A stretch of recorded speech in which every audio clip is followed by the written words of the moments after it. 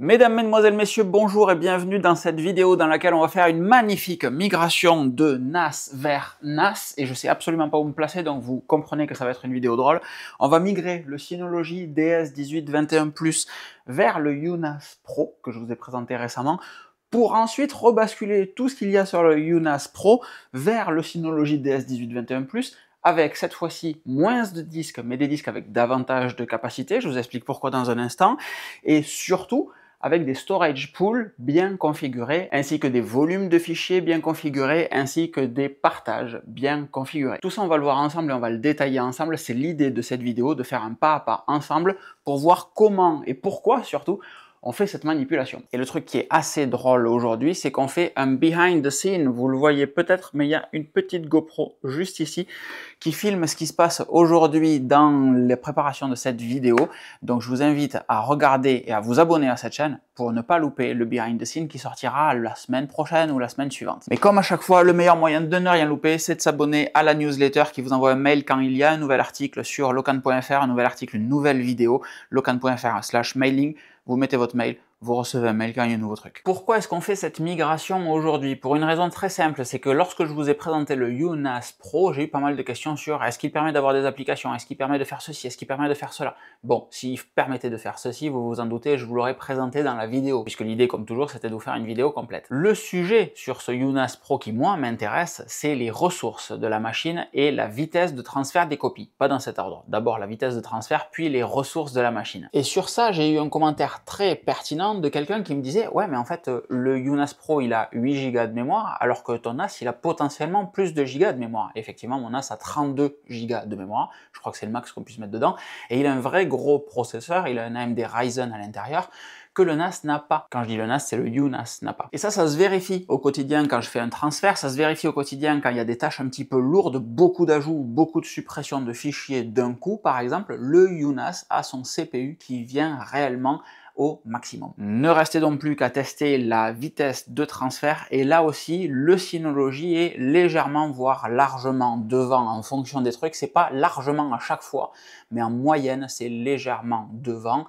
Donc d'un point de vue ressources, d'un point de vue fonctionnalité, notamment les storage pools qu'on va voir aujourd'hui, on garde le Synology en tant que NAS principal et le UNAS Pro reste à la maison parce que j'aurai d'autres vidéos à vous faire dessus, je sais que vous aimez beaucoup Unify donc je le garde et il restera un NAS de backup. Ce NAS de backup c'était pas du tout quelque chose de prévu dans le budget pour l'instant mais puisque j'ai reçu ce NAS, puisqu'on va le configurer ensemble, ben autant qu'il reste là et puis je fais un petit peu d'avance de trésorerie personnelle sur ce NAS que je voulais acheter plus tard pour être serein. Je serai un petit peu moins serein, vous viendrez un petit peu plus sur le Patreon, bon voilà. Pour la suite, je vais utiliser une petite animation à base de boîte en carton que j'ai déjà diffusée dans une vidéo sur les storage pools. Si vous avez déjà vu cette vidéo, passez directement au chapitre suivant. J'ai l'impression de faire un Blu-ray, c'est incroyable. Ça va me permettre de vous expliquer pourquoi est-ce que le Synology est plus intéressant. La notion de storage pools, elle n'existe pas sur le UNAS. Elle n'existait même pas au moment où j'ai acheté le Synology, c'est arrivé après, c'est pour ça qu'aujourd'hui c'est mal configuré. Aujourd'hui, voyez mon NAS comme ceci. Il pourrait y avoir, en réalité on sera encore plus propre, 8 disques durs. Pour la logique, on va faire 6 disques durs aujourd'hui, et là où c'est très drôle, c'est que ça, c'est réellement des disques durs de 24 Tera. Aujourd'hui, mes disques durs, ils sont configurés en RAID, sur une grappe RAID, et sur cette grappe RAID, je vais avoir des volumes et des dossiers partagés. Si vous le voulez bien, on va descendre petit à petit. J'ai un storage pool qui est physiquement, ces disques durs, ces 6 disques durs connectés ensemble.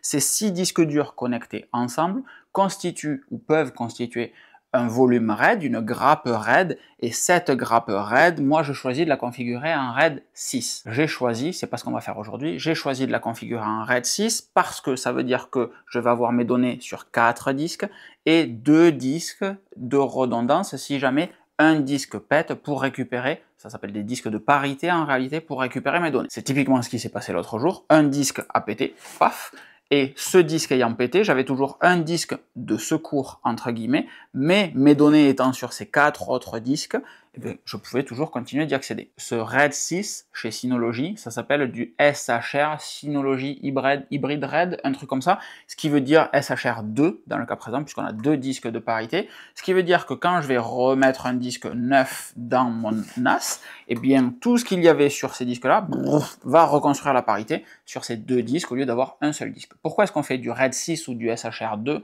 Tout simplement parce que la phase de reconstruction des disques et de la grappe RAID, elle est très taxante sur les disques eux-mêmes.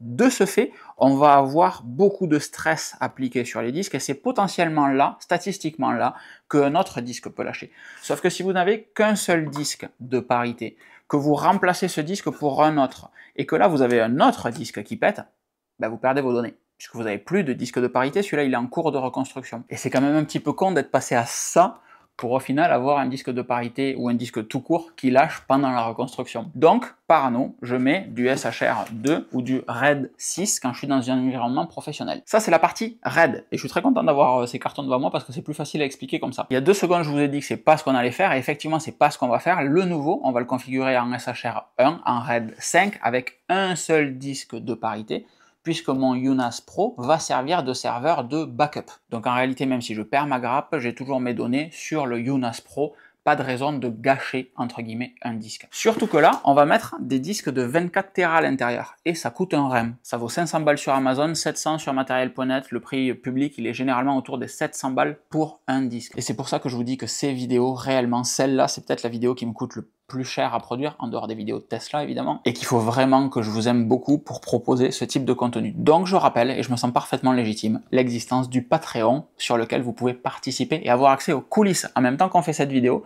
je suis en train de tourner, encore une fois, un petit behind the scene qui sortira dès qu'il sera prêt sur le Patreon. Vous avez souvent les vidéos en avance, vous avez surtout des exclusivités, ça peut être intéressant. Et je ne vous en reparlerai qu'à la fin, on reste sur la technique maintenant. RAID 5, RAID 6, SHR1, SHR2, on l'a vu. Mais la vraie grosse subtilité, qu'est-ce que c'est aujourd'hui et pourquoi on reste sur le Synology? En grande partie, c'est pour les ressources, mais aussi parce qu'en fait, tous ces disques-là peuvent être séparés. C'est ce qu'on va faire aujourd'hui, c'est des storage pools, c'est-à-dire que je vais pouvoir avoir réellement 3 disques qui vont être considérés comme un volume séparé, physiquement séparé, et d'autres disques qui vont être un autre volume séparé, et je peux en faire autant que je veux des volumes comme ça. Mon NAS est à 8B, ce qui veut dire que je peux avoir 4 disques d'un côté, 2 disques, puis 2 disques, et avoir 3 storage pools, 3 volumes physiquement séparés. Et c'est ça qui est intéressant, les volumes physiquement séparés.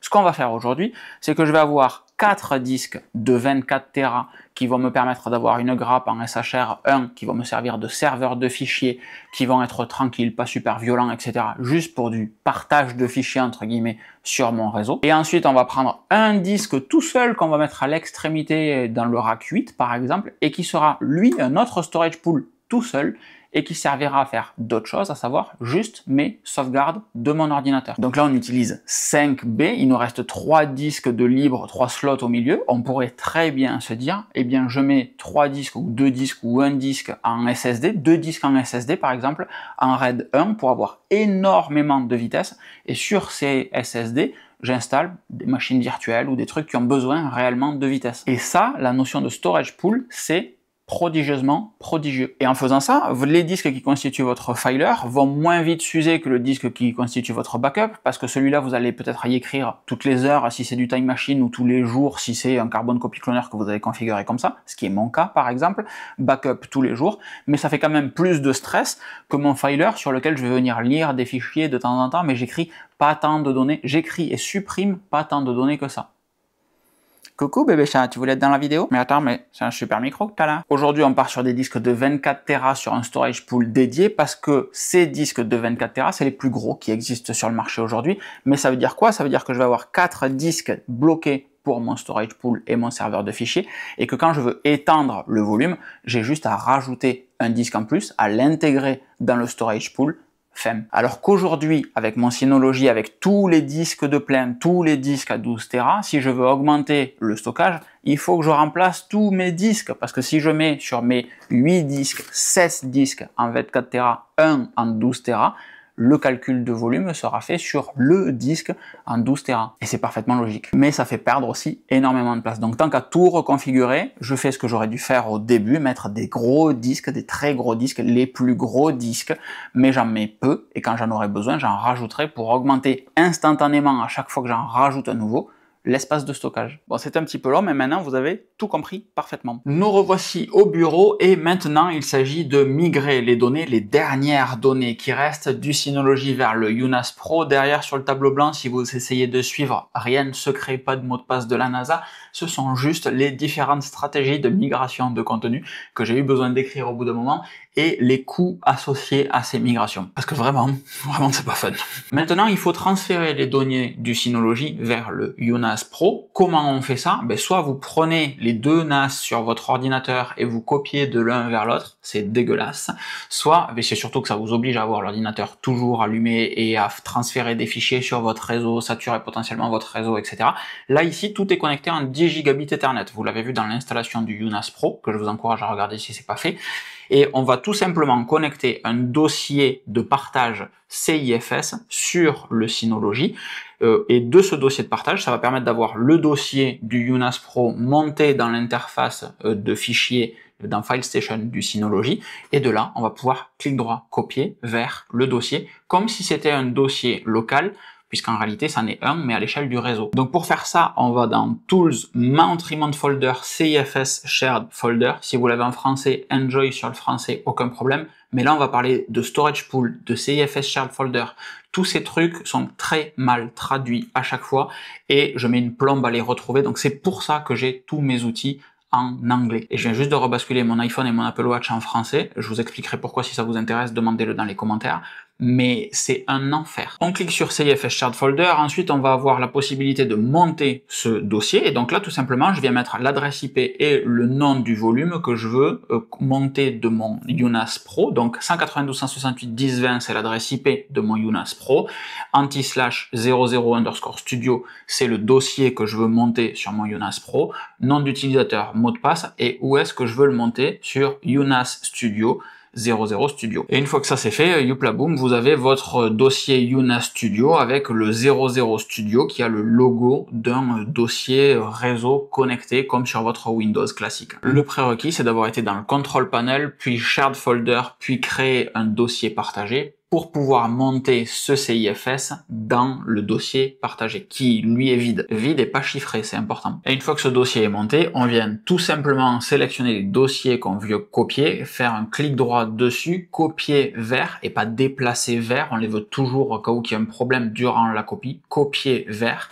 et on descend, UNAS Studio 00 Studio, le dossier qu'on vient de créer, le point de montage qu'on vient de créer, et on copie là-dedans. Et il y a juste à attendre. Je sais ce que vous vous dites, on a commencé cette vidéo ce matin, dimanche à 9 h, il est maintenant 18 h 10 et j'ai à peine transféré un dossier. Mais oui, ça prend beaucoup de temps. Et quand il va falloir reconstruire les grappes RAID, ça risque d'être encore pire. Parce que pour information, ça fait quand même une semaine que j'ai commencé cette vidéo. Il y a autant de temps que ça de transfert. Et le transfert vient de se terminer. Alors une fois qu'on a dit ça, j'aimerais pour la suite de cette vidéo vous dire, vous inquiétez pas, je maîtrise parfaitement la situation, je sais tout ce qu'il faut faire. J'en ai aucune espèce d'idée. La première des choses, et ce qui me semble logique, c'est d'aller vérifier que tout ce qu'on a copié se trouve bien là où on pense que c'est. Ça me semble la base. Et vérifier si le NAS Unify est toujours accessible facilement sans qu'il soit trop à la gueule. Comme je vous ai dit, on sature totalement le RAID, ou presque, hein, il doit rester quelques gigas. Et surtout, on sait qu'on est sur une machine qui a un petit peu de mal quand on lui demande beaucoup de choses parce que pas trop de CPU, pas trop de mémoire. En parallèle de ça, sur le NAS Synology, je vais aller sauvegarder la configuration de mon NAS, on sait jamais. Et pour ça, on va dans le Control Panel, Configuration Backup, et on va faire un export manuel de la configuration vers l'ordinateur avec tous les partages, toute la configuration qu'il peut y avoir sur la machine. Ça ne servira peut-être à rien, mais peut-être que ça sera aussi très utile. On va voir. La bonne nouvelle, c'est que j'ai ma configuration qui est maintenant sur l'ordinateur. Le NAS Unify ne veut pas me remonter l'interface, mais, parce que j'ai pas vraiment le choix, je vais prendre le risque d'effacer le Synology pour rapidement tout recopier dessus. Donc là, ça fait flipper, mais il y a un gros bouton Remove Storage Pool, et je pense qu'en fait, il faut que je parte de là, puisque je veux virer ce Storage Pool, je veux pas le migrer. Donc si je clique sur Remove, ça fait un loading de l'espace qui dure vraiment longtemps. Et pendant ce temps-là, j'ai récupéré les accès au UniFi UNAS Pro et bon, ça va. Il me reste encore un tout petit peu de place sur mon NAS. Il me reste 2 Tera, presque 45,2 sur 47,98, presque 3 en vrai. Mais on va pas jouer beaucoup plus, hein. Vraiment, c'est juste. Et ça y est, on a un message qui nous dit que le système a réussi parfaitement à supprimer le storage pool. Cool. Si on va dans Overview, on voit bien que tous les disques durs sont là. Il n'y a pas de sujet non plus. Donc en fait, maintenant, je pense que ce qu'on va faire, c'est supprimer les disques durs, enlever les disques durs, mettre les disques de 24 Tera, créer un storage pool avec 4 disques. Et let's go. Bon, donc là, je découvre en même temps que vous, hein, on va sortir un disque à chaud, voir ce qu'il dit. Personne ne crie. En même temps, le disque n'est dans aucun volume, aucune configuration, etc. Donc, ça devrait aller bien. On va sortir, et je vois que les autres commencent à bosser, on va sortir 4 disques, puisqu'on veut mettre à la place de ces 4 disques, des disques qui sont, on va tous les sortir en fait, on va être des gangsters, comme ça on n'a pas de sujet, on sort tous les disques, comme ça ils ont le temps de s'arrêter, etc. Clac, clac, clac. Ça me donnera l'occasion de faire un petit peu la poussière dedans aussi. Et là, ce qu'on veut faire, c'est sur les 4 premiers mettre des disques de 24 Tera. Je pense que c'est ce qu'il faut. 4 disques, comme ça on peut sortir ensuite un RAID 5 ou un SHR 1 dessus. Les autres disques, comme je vous le disais en début de vidéo, on va les mettre au final dans le UNAS Pro. Un va aller ici dans l'UDM SE. Un était un disque de prêt que je vais donc restituer à son propriétaire et en fait on sera pas mal du tout, donc 8 disques là-dedans, il y en aura 6 qu'on mettra dans le UNAS Pro, on reconstituera une grappe avec tout ça pour pouvoir les utiliser. Là ça a dû arrêter de tourner, on remplace, on met les 24, on monte à l'ordinateur. 24 Tera, c'est énervé quand même comme bestiole. Donc comme d'habitude, on vient mettre ça sur un petit chariot. Chez Synology, c'était très bien fait. On a la possibilité de venir ensuite clipser ça, ça se met à la place des vis en fait, tout simplement, dans les silent blocks qui sont déjà montés. Bang, bang, un de chaque côté. J'essaye de vous la faire vite pour pas trop vous faire perdre de temps, hein. Et puis ensuite, comme en 40, hein, bang, premier disque de 24 Tera qui démarre dans le Synology. Si un jour il veut bien démarrer. Moment d'émotion un petit peu quand même. Bon, ça fait un moment que j'essaye de me reconnecter sur le Synology parce qu'il ne voyait pas les disques que je venais d'ajouter. Et au bout d'un petit moment, je me suis souvenu de mes bases en réseau et la carte 10 Go qu'il y a dessus n'est peut-être tout simplement pas reconnue puisqu'il n'y a presque plus de système à l'intérieur, donc ce qu'on a fait tout simplement, ce que j'ai fait tout simplement, c'est brancher un câble RJ45 à l'arrière sur le port 1 du Synology, et là, Margie du direct, il arrive sans aucun problème sur l'interface de gestion avec une IP chopée via le DHCP, un truc dégueulasse, etc. Mais on a le web index de configuration. C'est vraiment le moment où j'ai l'impression d'écrire une procédure et de redevenir juste technicien ou admin et faire des drafts dans tous les sens de tout ce qu'il faut faire et tout mettre sur un bookstack parce qu'il faut tout retrouver après ou dans un GLPI si vous faites partie de cette team là. Donc toutes les captures, tout ce que je suis en train de faire là, je passe vite sur la vidéo parce que déjà ça doit être chiant pour vous. Vous avez tout ça dans l'article sur locan.fr avec toutes les captures, avec tous les cheminements, avec toute la proc en fait que je suis en train de suivre déjà parce que j'ai un flip un petit peu de ce qu'il est en train de se passer. Mais bon, maintenant que j'ai l'interface web, ça devrait aller. Le NAS est bien restauré, c'est très rassurant et au moment de la restauration, on a la possibilité de venir pousser un fichier de sauvegarde. Donc Synology fait très bien les choses puisque périodiquement, il y a une sauvegarde qui est effectuée sur le cloud de Synology. J'avais fait une sauvegarde juste avant en ayant désactivé l'authentification multifacteur. Donc j'ai restauré cette sauvegarde, j'ai tous mes dossiers, tous mes folders, tous mes dossiers partagés, tout qui est remonté automatiquement, sauf mon fond d'écran, mais je l'avais en local, donc je l'ai repoussé à nouveau dessus.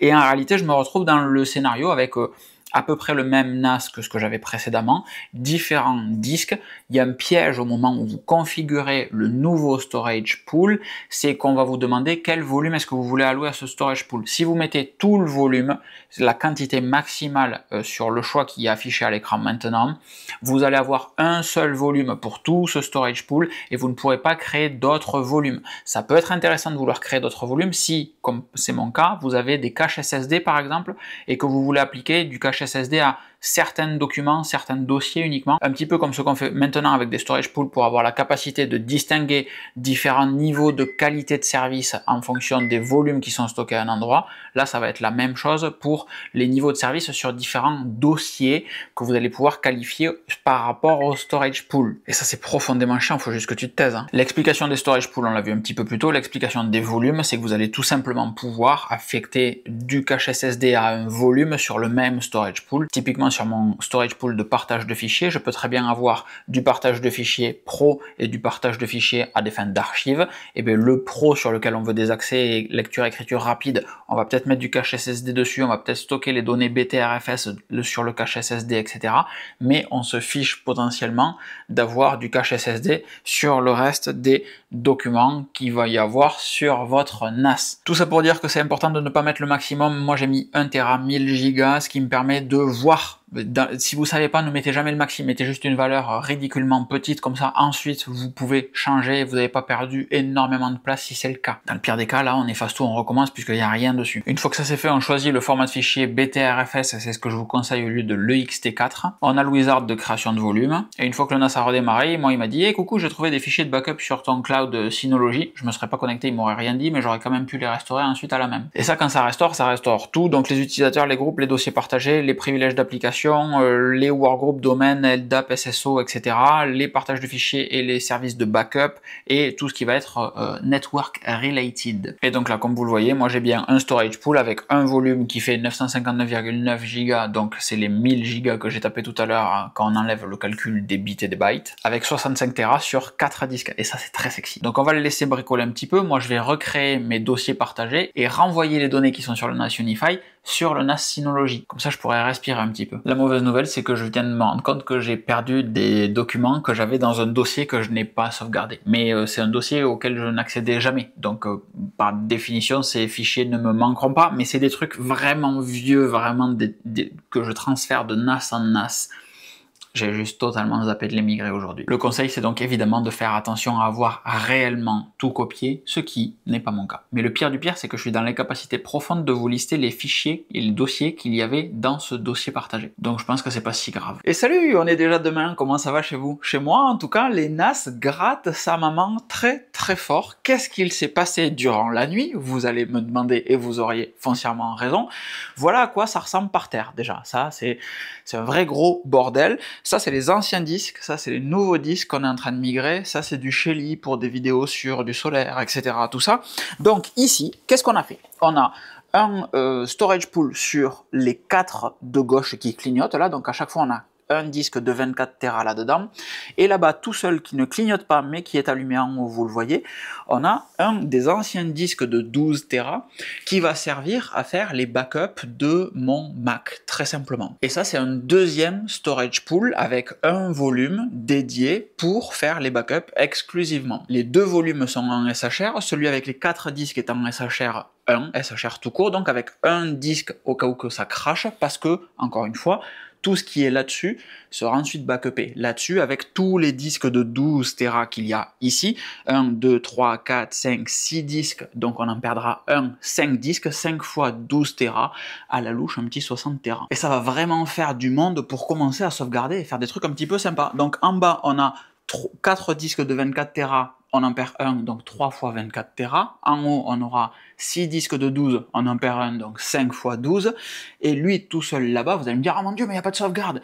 Oui, mais lui est déjà une sauvegarde de mon Mac. Donc en réalité, le jour où il pète, je le remplace par un autre disque et puis c'est réglé. La question que je suis en train de me poser maintenant, et vous aurez la réponse dans une prochaine vidéo, c'est de savoir si je sauvegarde mon Mac là-dessus juste en hebdomadaire, juste en quotidien, pardon. Pour l'instant, la sauvegarde, elle est quotidienne tous les soirs à 19 h via Carbon Copy Cloner sur ce disque.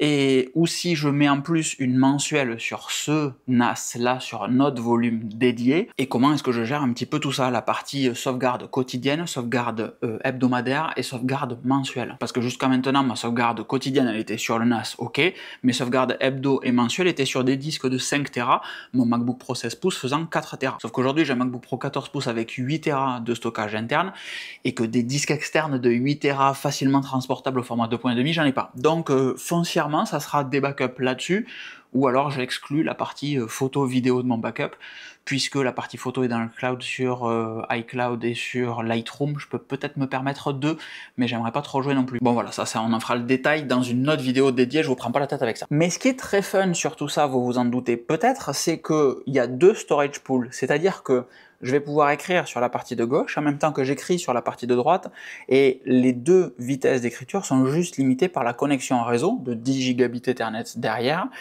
Et c'est tout. C'est-à-dire que normalement, quand on écrit sur une grappe RAID, vous écrivez, vous lisez, vous êtes 2-3 à faire des opérations en même temps, eh vous allez diviser d'autant, vous allez mettre du stress sur la grappe RAID, donc vous allez diviser d'autant les débits. Là, c'est pas le cas, parce que vous voyez, il y a une grappe qui travaille, l'autre qui ne fait rien, donc je peux totalement faire une sauvegarde sur mon disque, en même temps que j'envoie des fichiers sur le filer qui est le storage pool 1 à gauche. Et ça, sans être quelque chose de révolutionnaire ou de totalement game changer, ça va être quelque chose d'intéressant et à garder à l'esprit si vous voulez avoir des accès différents avec des personnes différentes ou des besoins différents en même temps sur le même NAS. En multipliant les storage pools, ça vous permet de diviser le stress que vous allez appliquer sur une grappe RAID, puisqu'en fait vous multipliez les grappes RAID. Pour là aussi vous parler des débits du disque qui est tout seul dans son coin, parce que peut-être vous allez me dire « Ah mon dieu, mais il va être super lent, etc. » En réalité, non. On est à 400 mégas en écriture et quelque chose comme 600 mégas en lecture, donc c'est vraiment très très large pour faire du backup. J'ai testé de faire un RAID 0 dessus, c'est-à-dire d'améliorer encore plus ce débit.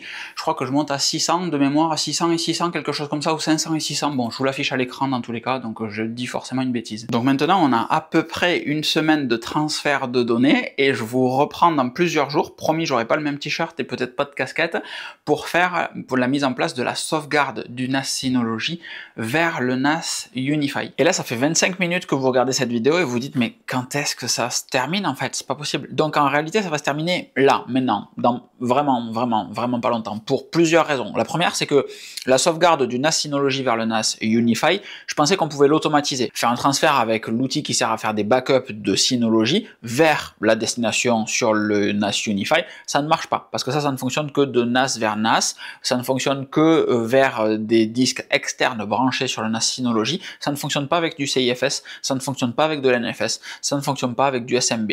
Donc en réalité, là-dessus, je suis en train de transférer à la mimine mes dossiers de mon NAS Synology vers le NAS UniFi via l'interface Synology, comme je vous l'ai montré au début de cette vidéo. Sur ce point-là, c'est pas glop. Le deuxième point qui par contre est très cool, c'est la sauvegarde du MacBook Pro. Donc il y a la sauvegarde quotidienne qui se fait vers le Synology, et comme je vous le disais, la sauvegarde hebdomadaire tous les vendredis qui va se faire vers le NAS UniFi. Ça, c'est Carbon Copy Cloner qui s'en occupe. On a déjà fait une vidéo sur le sujet. Si vous voulez qu'on creuse un petit peu plus ou qu'on explique le fonctionnement actuel de la sauvegarde, ça peut se faire, et je pense même que j'ai prévu de le faire en réalité. Donc pour la suite des opérations, actuellement je suis en train de transférer à nouveau toutes les données du Synology vers le UniFi pour faire le backup initial, et ensuite je remplacerai tous les mois, tous les 2 mois, tous les 3 mois, les documents qui ont changé sur le Synology par rapport au NAS UniFi, donc en remplaçant les quelques films, séries, fichiers que j'aurais créés en plus. Évidemment, quand on dit film, série et tout ça, c'est toujours des documents libres de droit, bien entendu. Donc j'espère que cette vidéo, quand même un petit peu longue, vous aura plu et vous aura appris des choses. Moi, ça m'a pris 15 jours de la tournée, donc c'était 25 minutes, 30 minutes peut-être maintenant longue pour vous, peut-être, mais on a vu l'entièreté du process. Dans ma vie à moi, ça a pris 2 semaines et demie de faire tous les transferts dans tous les sens, les captures d'écran, les vidéos, les rushs, etc. Je suis très content que cette vidéo soit finie. Si vous voulez du contenu behind the scene et tout ce qu'on a tourné à la GoPro durant cette vidéo-là et durant le dimanche XXL où il y a eu la majorité des plans de cette vidéo-là, vous pouvez retrouver tout ça sur le Patreon. Vous pouvez vous abonner également via locan.fr/mailing pour recevoir tous les nouveaux articles qui vont sortir, toutes les nouvelles vidéos. Et en ce moment, en haut du site, il y a un gros bandeau jaune, tout simplement parce que c'est un concours qui vous fait gagner plus d'une vingtaine de panneaux solaires, des batteries, etc. avec Meter France. J'en dis pas davantage, je vous laisse aller faire un tour sur le site. Je vous fais des grosses bises, merci à toutes et tous d'avoir tenu jusqu'au bout, je vous souhaite une excellente fin de journée et je vous dis à très vite. Ciao ciao.